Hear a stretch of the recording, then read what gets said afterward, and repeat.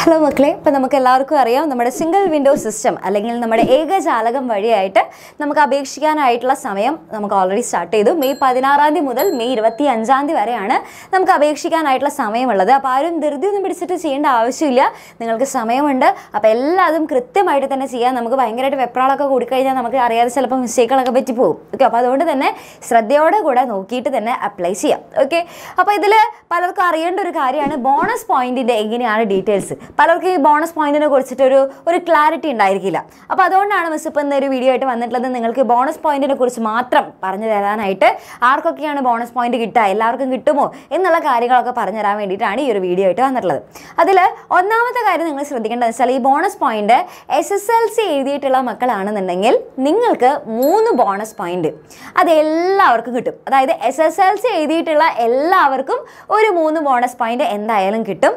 പിന്നെ അതേപോലെ തന്നെ നിങ്ങൾ നമ്മുടെ ICSEയോ അല്ലെങ്കിൽ CBSE ഒക്കെ ആണെന്നുണ്ടെങ്കിൽ അവർക്ക് ഈ ഒരു 3 ബോണസ് പോയിന്റ് കിട്ടില്ല. ഓക്കെ, SSLC എഴുതിയിട്ടുള്ള എല്ലാ സ്റ്റുഡൻസിനും ഒരു 3 ബോണസ് പോയിന്റ് കിട്ടും. ഈ ബോണസ് പോയിന്റ് എന്തിനാണെന്ന് വെച്ച് കഴിഞ്ഞാൽ നമുക്ക് അഡ്മിഷൻ കിട്ടുന്ന സമയത്ത് ഒത്തിരി സ്റ്റുഡൻസ് ഉണ്ടായിരിക്കുമല്ലോ. അപ്പം നമ്മൾ ഉദ്ദേശിച്ച ആ ഒരു സ്കൂളിലേക്ക് നമുക്ക് അവരിങ്ങനെ ഒരു റാങ്ക് അടിസ്ഥാനത്തിലല്ലേ അവരെ കുട്ടികളെ എടുക്കുന്നുണ്ടായിരിക്കുക. അപ്പോൾ ബോണസ് പോയിന്റ് ഉണ്ടെന്നുണ്ടെങ്കിൽ ബാക്കി എല്ലാവരേക്കാളും മുൻപന്തിയിൽ നമുക്ക് കയറി പോകാനായിട്ടുള്ള സാധ്യതയുണ്ട്. നമ്മൾ ഉദ്ദേശിച്ച സ്കൂളിൽ തന്നെ നമുക്ക് അഡ്മിഷൻ കിട്ടാനായിട്ടുള്ള സാധ്യത, ചാൻസസ് കൂടാനായിട്ടുള്ള ഒരു ഹെൽപ്പ് ചെയ്യുന്ന കാര്യമാണ് നമ്മുടെ ബോണസ് പോയിന്റ് എന്ന് പറയുന്നത്. ഓക്കെ, അപ്പോൾ അതുകൊണ്ട് തന്നെ ബോണസ് പോയിന്റ് ഉണ്ട് എന്നുണ്ടെങ്കിൽ നിങ്ങൾക്ക് അത് അപ്ലൈ ചെയ്യാനായിട്ട് സാധിക്കും. പക്ഷേ ശ്രദ്ധിക്കേണ്ട കാര്യം വെച്ചാൽ നമ്മൾ എന്ത് കൊടുത്തു കഴിഞ്ഞാലും അതിൻ്റെ സർട്ടിഫിക്കറ്റ് നമ്മുടെ കയ്യിലുണ്ടായിരിക്കണം. അപ്ലൈ ചെയ്യുന്ന സമയത്ത് നമുക്ക് ഒരു സർട്ടിഫിക്കറ്റിൻ്റെ ആവശ്യം വരുന്നില്ല. പക്ഷേ അത് നമ്മൾ അവിടെ അഡ്മിഷൻ എടുക്കുന്ന സമയത്ത് അവർ ചോദിക്കും ഇതിൻ്റെ സർട്ടിഫിക്കറ്റ് എവിടെ എന്നുള്ളത് ചോദിച്ചു കഴിഞ്ഞാൽ ആ നേരത്തെ നമ്മുടെ കയ്യിൽ ഉണ്ടായിരിക്കണം. ഓക്കെ, അപ്പോൾ അപ്ലൈ ചെയ്യുന്ന സമയത്ത് തന്നെ നമ്മുടെ കയ്യിൽ ആ സർട്ടിഫിക്കറ്റ് ഉണ്ട് എന്നുള്ളത് ഉറപ്പ് വരുത്തിയിട്ട് മാത്രം നിങ്ങൾ എന്ത് ചെയ്യുക, ഇത് ഓരോന്നും കൊടുക്കാം. ഓക്കെ, അപ്പോൾ ഇതെങ്ങനെ ഏതിനൊക്കെയാണ് നമുക്ക് ബോണസ് പോയിന്റ് കിട്ടുക എന്നുള്ളത് മിസ് പറഞ്ഞുതരാം. ഒന്നാമത്തെ വിഭാഗം എന്ന് പറയുന്നത് കൃത്യനിർവഹണത്തിനിടയിൽ മരണമടഞ്ഞ ജവാന്മാരുടെ മക്കൾക്ക് അല്ലെങ്കിൽ എന്ത് ചെയ്യും, നിയമപരമായ അവർ ദത്തെടുത്ത മക്കൾക്ക് 5 ബോണസ് പോയിന്റ് കിട്ടും. ഓക്കെ, പിന്നെ അടുത്തെന്ന് പറയുന്നത് ജവാന്മാരുടെയും എക്സ് സർവീസുകാരുടെയും, അതായത് ആർമി ആവാം, നേവി ആകാം, അല്ലെങ്കിൽ എയർഫോഴ്സ് മുതലായവ മാത്രം. ഓക്കെ, അവരുടെ മക്കൾക്ക് അല്ലെങ്കിൽ നിയമപരമായി അവർ ദത്തെടുത്ത മക്കൾക്ക് 3 ബോണസ് പോയിന്റ് കിട്ടും. പിന്നെ അതേപോലെ തന്നെ NCCക്കാർ ശ്രദ്ധിക്കേണ്ടതെന്ന് വെച്ചാൽ അവർക്ക് 75% കുറയാത്ത ഹാജർ കേഡറ്റിനുണ്ടെന്ന സർട്ടിഫിക്കറ്റ് ഹാജരാക്കിയിരിക്കണം. പിന്നെ അതേപോലെ തന്നെ സ്കൗട്ട് ആൻഡ് ഗൈഡ്സ്, അതിൽ രാഷ്ട്രപതി പുരസ്കാർ അല്ലെങ്കിൽ രാജ്യ പുരസ്കാർ നേടിയവർക്ക് മാത്രം. പിന്നെ അതേപോലെ തന്നെ SPCക്കാർക്ക്, ഓക്കെ, സ്റ്റുഡൻറ് പോലീസ് കേഡറ്റുകാർക്ക് 2 ബോണസ് പോയിന്റ് കിട്ടുന്നതായിരിക്കും. ഓക്കെ, പിന്നെ അതേപോലെ തന്നെ നമ്മുടെ ലിറ്റിൽ കൈറ്റ്സിന് A ഗ്രേഡ് സർട്ടിഫിക്കറ്റ് ഉള്ളവർക്ക്, ഓക്കെ, ലിറ്റിൽ കൈറ്റ്സിന് A ഗ്രേഡ് ഉണ്ടെന്നുണ്ടെങ്കിൽ നിങ്ങൾക്ക് 1 ബോണസ് പോയിന്റ് കിട്ടുന്നതായിരിക്കും. പിന്നെ അതേപോലെ തന്നെ നമ്മൾ അപ്ലൈ ചെയ്യുന്ന സ്കൂൾ എന്ന് പറയുന്നത് നമ്മൾ പഠിച്ച അതേ സ്കൂളാണെന്നുണ്ടെങ്കിൽ അപ്പം നമുക്ക് എന്ത് ചെയ്യും, നമുക്ക് 2 ബോണസ് പോയിന്റ് കിട്ടും. ഓക്കെ, പിന്നെ അതേപോലെ തന്നെ നമ്മൾ താമസിക്കുന്ന ഗ്രാമപഞ്ചായത്ത് അല്ലെങ്കിൽ നമ്മുടെ മുനിസിപ്പാലിറ്റി അല്ലെങ്കിൽ നമ്മുടെ കോർപ്പറേഷനിൽ തന്നെയുള്ള സ്കൂളിലാണ് നിങ്ങൾ അപ്ലൈ ചെയ്യുന്നതെന്നുണ്ടെങ്കിൽ അവിടെ നിങ്ങൾക്ക് 2 ബോണസ് പോയിന്റ് കിട്ടും. ഓക്കെ, പിന്നെ അതേപോലെ തന്നെ അതേ താലൂക്ക്, നമ്മൾ സെയിം താലൂക്കിലാണ്, അതായത് നമ്മൾ താമസിക്കുന്ന അതേ താലൂക്കിൽ തന്നെയാണ് നമ്മൾ അപേക്ഷിക്കുന്ന സ്കൂളുള്ളത് എന്നുണ്ടെങ്കിൽ അതിന് നമുക്ക് എന്ത് ചെയ്യും, 1 ബോണസ് പോയിന്റ് കിട്ടും.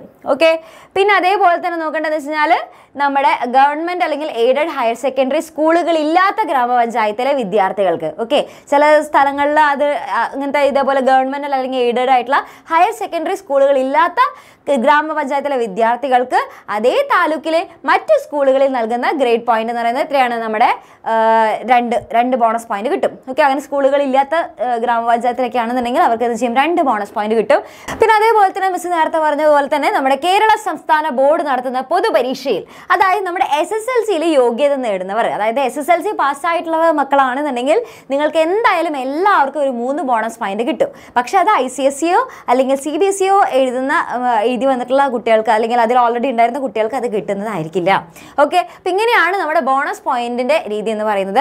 അപ്പോൾ ഈ ഒരു ബോണസ് പോയിന്റ് എന്ന് പറയുന്നത് ഇനി ആർക്കൊക്കെയാണ് കിട്ടുന്നുള്ളത്, നിങ്ങൾക്ക് സ്വന്തമായിട്ട് എത്രത്തോളം ബോണസ് പോയിന്റ് ആണ് കിട്ടുക എന്നുള്ളത് നിങ്ങൾ എന്ത് ചെയ്യുക, ഒന്ന് കാൽക്കുലേറ്റ് ചെയ്ത് നോക്കുക. ഇനി അഥവാ നിങ്ങളിങ്ങനെ കാൽക്കുലേറ്റ് ചെയ്തിട്ട് 10ൽ കൂടുതൽ വന്നു എന്നൊക്കെ വിചാരിച്ച് നിങ്ങൾ ഭയങ്കര ഹാപ്പി ഒക്കെ ആവും അല്ലേ.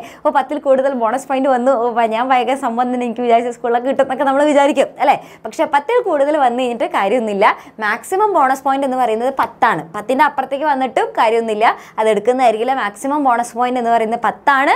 അത് 10, പിന്നെ ബാക്കിയുള്ളതൊക്കെ അതിനെക്കാട്ടിയും ചിലപ്പോൾ ചിലർക്കൊക്കെ കുറവായിരിക്കും ഉണ്ടാവും, ചിലപ്പോൾ 2ഓ 3ഓ ഒക്കെ ആയിരിക്കും ചിലർക്കൊക്കെ ഉണ്ടാവാം. ഓക്കെ, അപ്പോൾ അതുകൊണ്ട് അതൊക്കെ ഒന്ന് നോക്കുക. അതിൻ്റെ നിങ്ങൾ എന്ത് ചെയ്യുക, നിങ്ങൾക്ക് എത്ര ബോണസ് പോയിന്റ് ആണ് ഉള്ളത് എന്നുള്ളത് എന്ത് ചെയ്യുക, ഇവിടെ നമ്മുടെ കമൻറ്റ് ബോക്സിൽ വന്നിട്ട് ജസ്റ്റ് ഒന്ന് പറയാം. Okay, ready. അപ്പോൾ നിങ്ങൾക്ക് മനസ്സിലാക്കി നിങ്ങൾക്ക് തന്നെ ഒന്ന് കാൽക്കുലേറ്റ് ചെയ്തെടുക്കാനായിട്ട് പറ്റില്ല. അപ്പോൾ നിങ്ങൾക്ക് മനസ്സിലായല്ലോ എന്തിനൊക്കെയാണ് നിങ്ങൾക്ക് ബോണസ് പോയിന്റ് കിട്ടുക എന്നുള്ളത്. അപ്പോൾ നിങ്ങൾ നോക്കുക, നിങ്ങളുടെ സെയിം താലൂക്കിലാണോ ഇത് വരുന്നത്, പിന്നെ അതേപോലെ തന്നെ നിങ്ങളുടെ നാട്ടിൽ അത് ഇങ്ങനത്തെ സ്കൂളുകളില്ലേ എന്നുള്ള കാര്യങ്ങളൊക്കെ ഒന്ന് നോക്കി നോക്കുക. അപ്പോൾ ഇതെല്ലാം അത് നോക്കിയിട്ട് എന്ത് ചെയ്യുക, എല്ലാം നോക്കിയിട്ട് നിങ്ങളുടെ ബോണസ് പോയിന്റ് ഒന്ന് കാൽക്കുലേറ്റ് ചെയ്തിട്ട് ഈ താഴെ നമ്മുടെ കമൻറ്റ് ബോക്സിൽ പറയാം. Okay, ready. അപ്പോൾ അങ്ങനെയാണെങ്കിൽ താങ്ക് യു മക്കളെ. അപ്പോൾ ഇത് നിങ്ങൾക്ക് എല്ലാവർക്കും ക്ലിയർ ആയിട്ടുണ്ടാവും എന്നാണ് മിസ് വിശ്വസിക്കുന്നത്. ബോണസ് പോയിന്റിനെ കുറിച്ചിട്ട് ഇത്രയാണ് നമുക്ക് ബോണസ് പോയിന്റുകൾ കിട്ടാനുള്ള വഴികൾ. ഓക്കെ, അപ്പോൾ താങ്ക് യു.